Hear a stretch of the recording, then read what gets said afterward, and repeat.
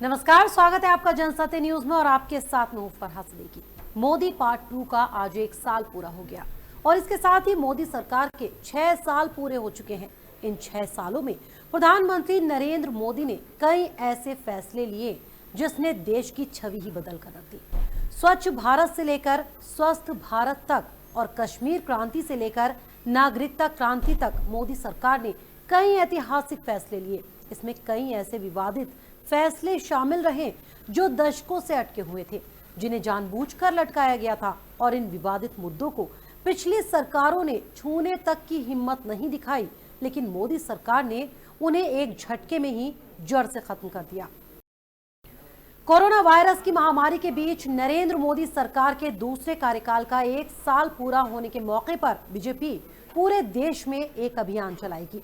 इस दौरान प्रधानमंत्री नरेंद्र मोदी का लिखा खत पार्टी कार्यकर्ता 10 करोड़ घरों तक पहुंचाएंगे, जिसमें आत्मनिर्भर भारत की जानकारी के साथ कोरोना से बचाव और स्वस्थ रहने की जानकारी शामिल होगी। इसके साथ ही इसमें विश्व कल्याण में भारत की भूमिका भी एक अहम विषय होगा। कोरोना महामारी के मद्देनजर पार्टी इस अभियान को डिजिटल माध्यम से ही चलाएगी।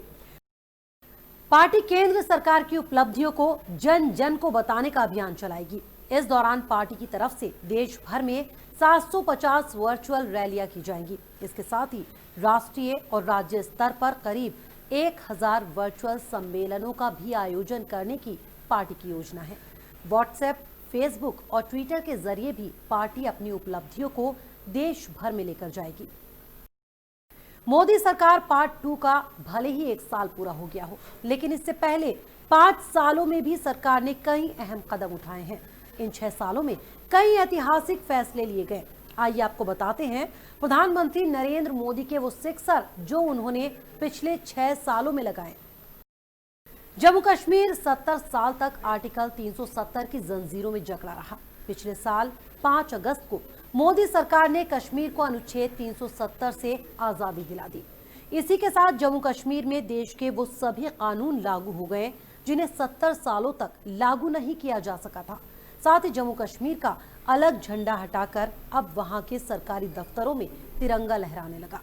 अनुच्छेद 370 की बेड़ी टूटने के साथ ही जम्मू कश्मीर के लोगों को अब केंद्र सरकार की तमाम लाभकारी योजनाओं का भी फायदा मिलने लगा है, जिनसे कई सालों तक कश्मीर के लोगों को वंचित रखा गया था।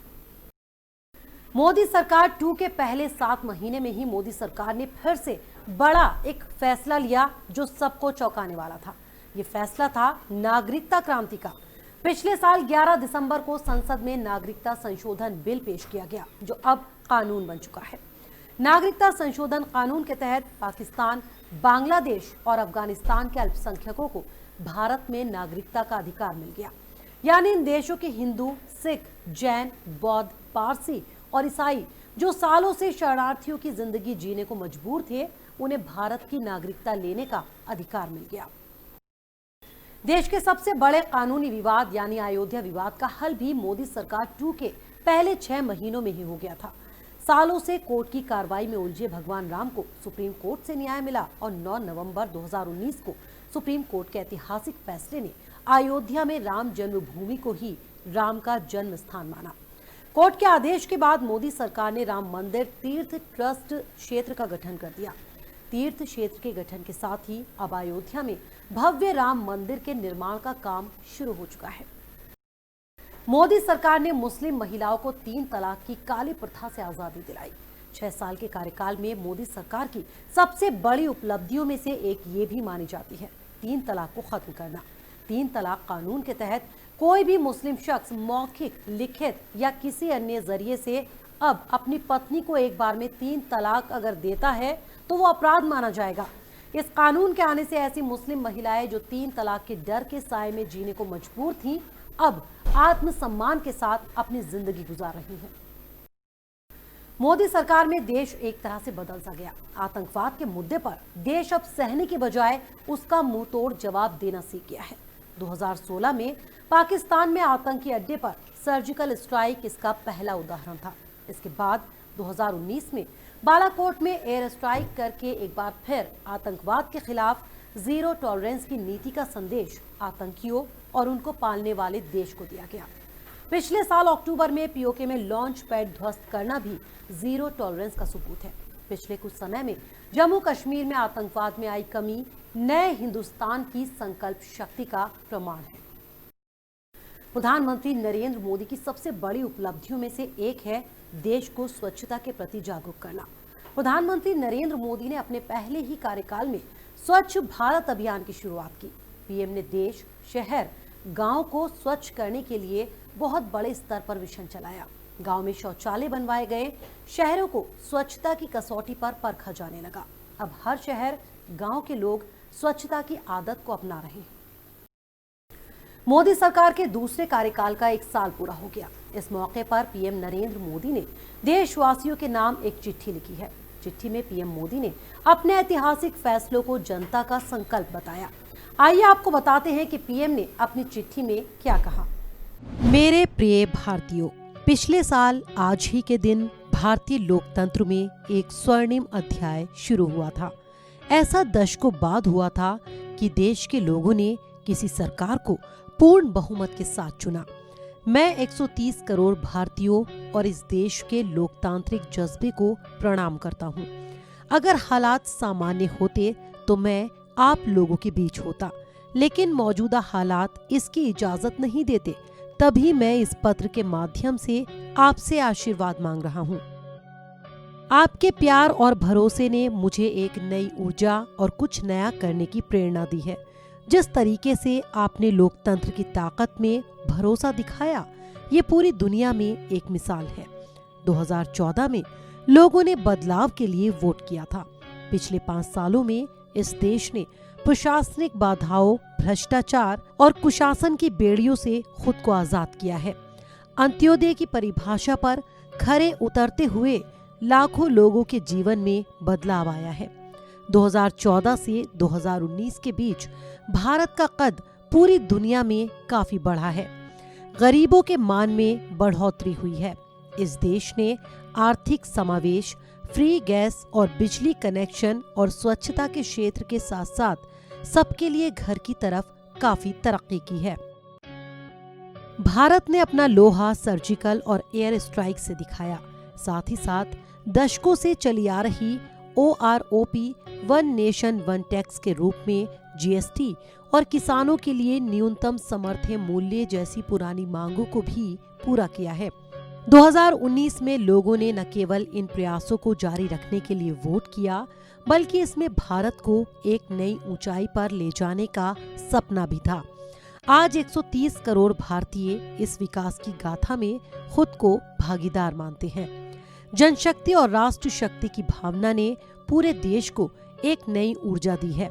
सबका साथ, सबका विकास और सबका विश्वास के मंत्र के साथ भारत हर क्षेत्र में आगे बढ़ रहा है। मेरे प्रिय भारतीयों, पिछले 1 साल में कई फैसलों के बारे में काफी चर्चा हुई। अनुच्छेद 370 को हटाने से भारत की एकता और अखंडता का सिद्धांत आगे बढ़ा।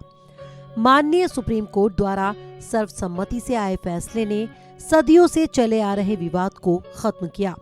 ट्रिपल तलाक जैसी अमानवीय व्यवस्था को कूड़े के ढेर में डाला। नागरिकता कानून में बदलाव भारत की करुणा और सबको साथ लेकर चलने की भावना का प्रतीक था। लेकिन ऐसे बहुत से फैसले थे जो भारत की विकास गाथा को नई ऊंचाई पर ले गए। लंबे वक्त से टल रहे चीफ ऑफ डिफेंस स्टाफ के पद के गठन ने सेनाओं के बीच तालमेल को बेहतर बनाया। इसी वक्त भारत ने मिशन गगनयान की तैयारियों को आगे बढ़ाया। गरीबों, किसानों, महिलाओं और युवाओं का सशक्तिकरण हमारी प्राथमिकता है। प्रधानमंत्री किसान सम्मान निधि में अब सभी किसान शामिल हैं। सिर्फ 1 साल में 9 करोड़ 50 लाख से ज्यादा किसानों के बैंक खातों में 72,000 करोड़ रुपए से ज्यादा जमा किए गए हैं।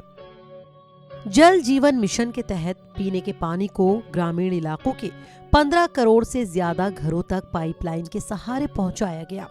50 करोड़ लोगों के बेहतर स्वास्थ्य के लिए मुफ्त टीकाकरण का बड़ा अभियान चलाया गया। देश के इतिहास में पहली बार किसानों, फार्म मजदूरों, छोटे दुकानदारों और असंगठित क्षेत्र में काम करने वालों के लिए 60 साल की उम्र के बाद 3,000 रुपए की मासिक पेंशन की व्यवस्था की गई। मछुआरों को बैंक लोन के लिए एक अलग विभाग बनाया गया। ये नीली अर्थव्यवस्था को बढ़ाएगा। इसी तरह व्यापारियों की समस्याओं का समय पर समाधान करने के लिए व्यापारिक कल्याण बोर्ड का गठन किया गया। सेल्फ हेल्प ग्रुप से जुड़ी 7 करोड़ से ज्यादा महिलाओं को आर्थिक सहायता दी गई। हाल ही में सेल्फ हेल्प ग्रुप्स के लिए बिना गारंटी के लोन की रकम बढ़ाकर 10 लाख रुपए से 20 लाख रुपए कर दी गई। आदिवासी बच्चों की शिक्षा के लिए 400 नए एकलव्य मॉडल रेजिडेंशियल स्कूलों के निर्माण की शुरुआत की गई। पिछले साल लोगों की मदद के लिए कई कानून लाए गए।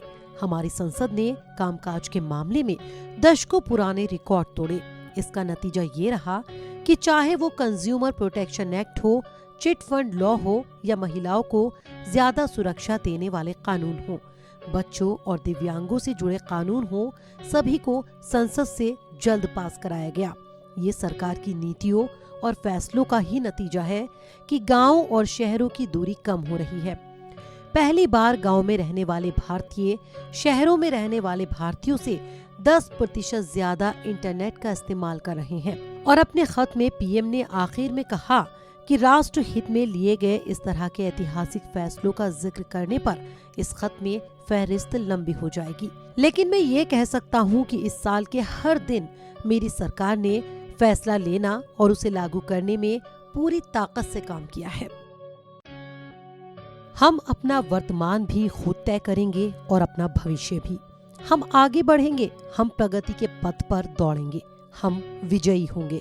हमारे यहाँ कहा गया है, कृतम में दक्षिणे हस्ते ज्यों में सव्य अहिता, यानी हमारे एक हाथ में कर्म और कर्तव्य है तो दूसरे हाथ में सफलता सुनिश्चित है। देश की निरंतर सफलता की इसी कामना के साथ मैं आपको पुनः नमन करता हूँ। आपको और आपके परिवार को मेरी हार्दिक शुभकामनाएं। स्वस्थ रहिए, सुरक्षित रहिए, जागृत रहिए, जागरूक रहिए। आपका प्रधान सेवक नरेंद्र मोदी। तो पीएम ने अपने खत में कई बातों का जिक्र किया, कई मुद्दे, कई चुनौतियां गिनाई। लेकिन प्रधानमंत्री नरेंद्र मोदी के लिए चुनौतियां अभी खत्म नहीं हुई हैं। आगे और भी कई चुनौतियां हैं जिनसे अगले 4 सालों में सरकार को मुकाबला करना होगा। प्रधानमंत्री नरेंद्र मोदी ने 2019 में लोकसभा चुनाव में मिली बड़ी जीत के बाद अपना दूसरा कार्यकाल शुरू किया। वो चुनाव भी ऐतिहासिक रहा था, जिसमें जनता ने जात पात से ऊपर उठकर एक बार फिर से विकास को चुना था। ऐसे में जनता की सरकार से अपेक्षाएं भी काफी ज्यादा है। अब हर आयु, हर वर्ग के नागरिक को सरकार से बहुत ज्यादा ही उम्मीदें हैं। तो ऐसे में सरकार लोगों की उम्मीदों पर कैसे खरी उतरेगी, ये देखना दिलचस्प होगा। तो फिलहाल हमारी खास पेशकश में इतना ही। हमारे और वीडियोस देखने के लिए जनसत्य न्यूज को सब्सक्राइब करें, शेयर करें और लाइक करें। नमस्कार।